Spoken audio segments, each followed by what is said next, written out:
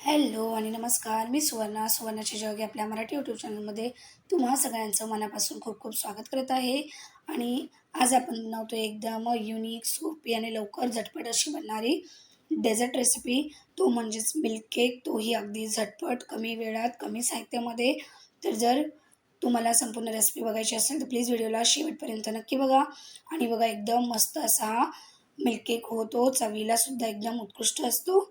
तर जर तुम्हाला रेसिपी आवडली तर प्लीज व्हिडिओला लाईक करा. चला तर मग रेसिपीला सुरुवात करूया. तर बघा, सुरुवातीला मी एक कढई घेतलेली आहे. आता आपल्याला पहिल्यांदा कॅरमल बनवायचं आहे. तर त्यासाठी मी अर्धा वाटी साखर घेतलेली आहे. त्यामध्ये आता 1 ते 2 चमचे पाणी घालते आणि याला मस्त मेल्ट करून घ्यायचं आहे.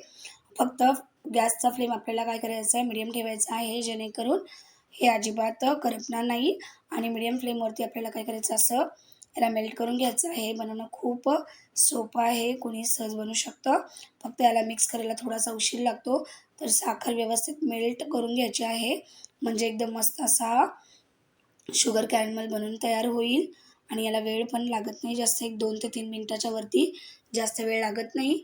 तर बघा, आता मस्त असं हे मेल्ट झालेलं आहे आणि कलर बघा किती मस्त आलेला आहे.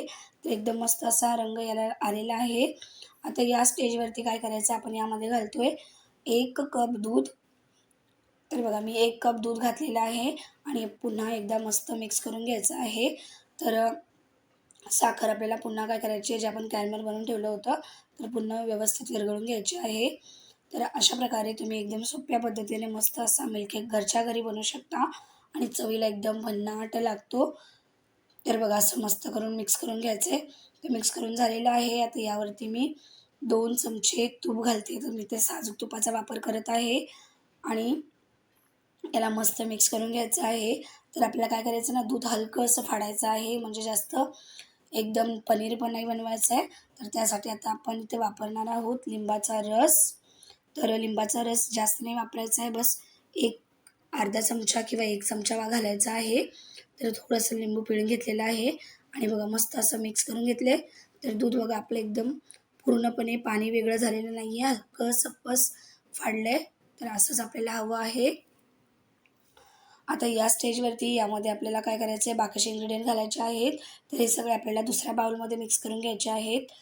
तर मी एक बाउल घेतला, त्यामध्ये 2 कप दुधाची पावडर घेतलेली आहे आणि 1 वाटी दूध घालते आहे. तर मी सगळं मेजरमेंट एकाच वाटीने करत आहे, म्हणजे हे बनवायला सोपं जाईल.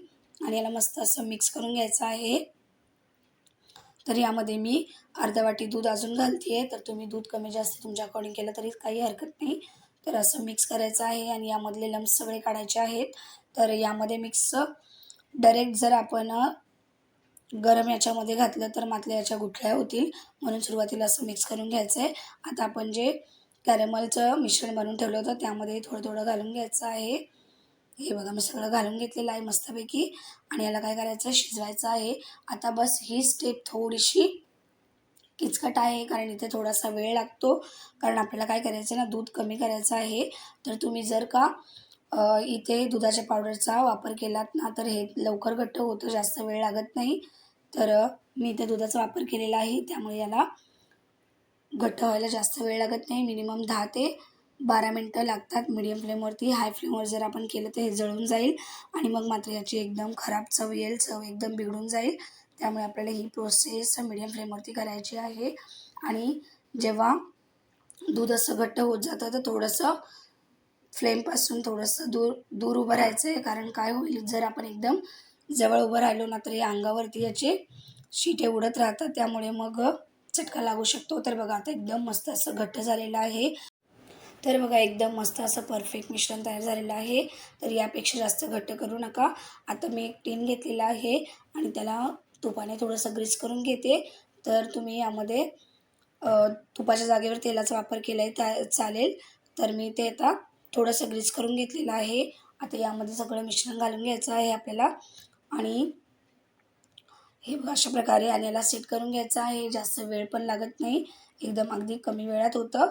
तर बघा, अशा प्रकारे मी सगळं मिश्रण यामध्ये घालून घेते आणि चमच्या सहाय्याने याला स्प्रेड करून घेते. हे बघा अशा प्रकारे.